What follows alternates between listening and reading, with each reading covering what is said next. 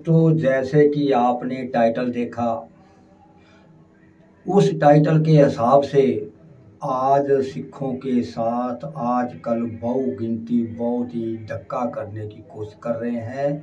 कोशिश छोड़िए, धक्का ही कर रहे हैं। सिखों से जबरदस्ती वो चीज़ें मनवाई जा रही हैं जो सिख मर्यादा में नहीं है, जो गुरु नानक देव जी ने मना कर दी हैं। और यह क्या चीज़ मनवा रहे हैं, यह वीडियो देखिए। सिंह ਝਿੰਡਾ जी बोलते हो? जी जी ਝਿੰਡਾ जी सत श्री अकाल, राम राम। वीरेश शंडीले अर्ज कर रहा अंबाले तो। जी जी मैं कौमी प्रधान बोल रहा विश्व हिंदू तख्त। जी जी ਕੀ ਤੁਸੀਂ ਜਗਦੀਸ਼ ਸਿੰਘ ਝਿੰਡਾ ਜੀ ਬਿੰਗ ਹਰਿਆਣਾ ਸਿੱਖ ਗੁਰਦੁਆਰਾ ਪ੍ਰਬੰਧਕ ਕਮੇਟੀ ਹਨੂਮਾਨ ਜੀ ਨੂੰ ਭਗਵਾਨ ਮੰਨਦੇ ਹੋ? ये मानते होंगे तो माफी क्यों मंगाते? ਮਤਲਬ ਤੁਸੀਂ ਹਨੂਮਾਨ ਜੀ ਨੂੰ ਭਗਵਾਨ ਨਹੀਂ ਮੰਨਦੇ? ना ਭਾਈ ਹੀ ਸੁਣਨਾ ਸੀ ਜੀ, ਮਿਹਰਬਾਨੀ। ਫਿਰ ਇਸ ਗੱਲ ਤੇ ਝਿੰਡਾ ਸਾਹਿਬ ਤੁਸੀਂ ਜ਼ਰੂਰ ਕਾਇਮ ਰਹੇ ਹੋ। ਫਿਰ ਹਿੰਦੂਆਂ ਦੀ ਵੋਟਾਂ ਕਿਉਂ ਭਾਲਦੇ ਹੋ ਝਿੰਡਾ ਸਾਹਿਬ? गल इस है ਨਹੀਂ, ਫਿਰ ਹਿੰਦੂਆਂ ਦੀ ਵੋਟਾਂ ਕਿਉਂ ਭਾਲਦੇ ਹੋ? ਹਰਿਆਣਾ 'ਚ ਤੁਸੀਂ ਬਿਆਨ ਦਿਓ ਝਿੰਡਾ ਸਾਹਿਬ, ਬਈ ਸਾਨੂੰ ਹਰਿਆਣਾ ਦੇ ਅੰਦਰ ਹਿੰਦੂਆਂ ਦੀ ਵੋਟ ਨਹੀਂ ਚਾਹੀਦੀ, ਅਸੀਂ ਹਨੂਮਾਨ ਜੀ ਨੂੰ ਨਹੀਂ ਮੰਨਦੇ। मैं हरियाणा सिख गुरुद्वारा प्रबंधक कमेटी का प्रधान हाँ, ना कि एमएलए। सुनना ना नहीं, ਤੁਸੀਂ इलेक्टरल पॉलिटिक्स ਤਾਂ ਕਰਦੇ ਹੋ। मैं नवा तू अपनिया वोटां तेनू मुबारक। जिस तरह आपने इस वीडियो में देखा, एक कोई हिंदू संगठन है, वह सिख जथेदार को, जो हरियाणा का सिख जथेदार है, उससे जबरदस्ती कह रहा है कि क्या आप, जैसा कि सुना, कि क्या आप हनुमान जी को भगवान मानते हैं। उसने एज ए सिख यह साफ मना कर दिया कि नहीं मानते, क्योंकि यह गुरु नानक देव जी की मर्यादा के ही उलट है। सिख पंथ, जो सिखिज्म है, जो सिख समाज है, गुरु नानक देव जी ने पखंडवाद से निकाला, मूर्ति पूजा से निकाला, और किसी देहधारी को भगवान या ईश्वर मानने से मना किया है। उसने कहा सिर्फ सिमरन करो। अगर उसने मूर्तों को, रामचंद्र जी को या हनुमान जी को या कृष्ण जी को ही भगवान मनवाना होता, कहना होता, तो फिर वह अपना अलग पंथ क्यों चलाते? वह क्यों कहते कि उसके साथ जुड़ो? और वह यह क्यों कहते कि तुम हमें भगवान मत कहना? गुरुओं ने तो यहाँ तक अपने आप को भी कहा है कि जो हमें भगवान मानेगा वह नरक में जाएगा, यहाँ तक कहा है। उन्होंने कहा है कि हम सिर्फ गुरु हैं, गुरुओं के अलावा कुछ नहीं, हमको भी भगवान नहीं कहना। और जो पीछे हो चुके हैं, किसी मूर्ति में भगवान नहीं, किसी फोटो में भगवान नहीं, जो राजा महाराजे चले गए वो भगवान नहीं। अब जो श्री रामचंद्र जी थे वह भी एक राजा थे, एक माँ बाप से पैदा हुए थे, और हनुमान जी भी ऐसे थे। हनुमान जी रामचंद्र जी के भगत थे, यानी के विश्वासी थे। ये लोग कहते हैं कि क्या आप हनुमान जी को भगवान नहीं मानते? तो यह जथेदार साहब जी ने बिल्कुल सही कहा कि हम नहीं मानते। हनुमान जी को तो छोड़िए, राजा रामचंद्र जी को भी भगवान नहीं मानते सिख धर्म में, सिख पंथ में। ये हो सकता है कि ग्रंथ में कृष्ण नाम, राम नाम आया हो, क्योंकि राम शब्द और कृष्ण शब्द का मतलब अलग है।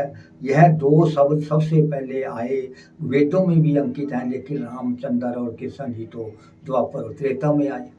इन्हीं शब्दों के आधार पर उनके नाम रखे गए। अब कहने का मतलब ये है, साफ है, कि गुरु नानक देव जी ने परमात्मा की, ईश्वर की, भगवान की जो है पहचान बताई है कि एक वो, यानी कि जो एक वो है, सत्य नाम, एक सर्वव्यापी हस्ती है, एक को सत्य नाम, कर्ता पुरख, वह सृष्टि को रचने वाला है। पुरख मैंने आत्मा, वह सृष्टि को रचने वाला आत्मा है।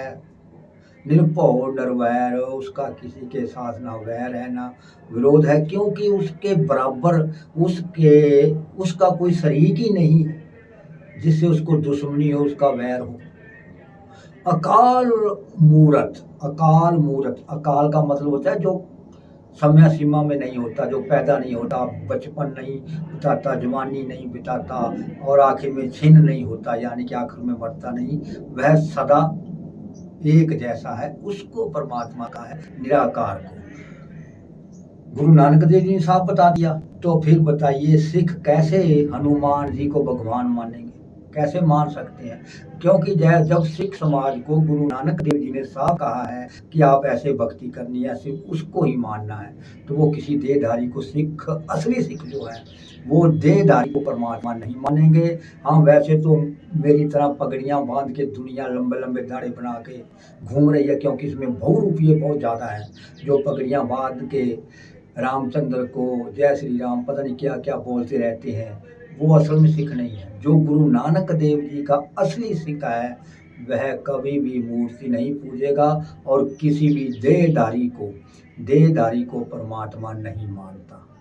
और मैं सल्यूट करता हूँ हरियाणा के जथेदार जी को, जिन्होंने साफ कहा है कि हम हनुमान जी को भगवान नहीं मानते।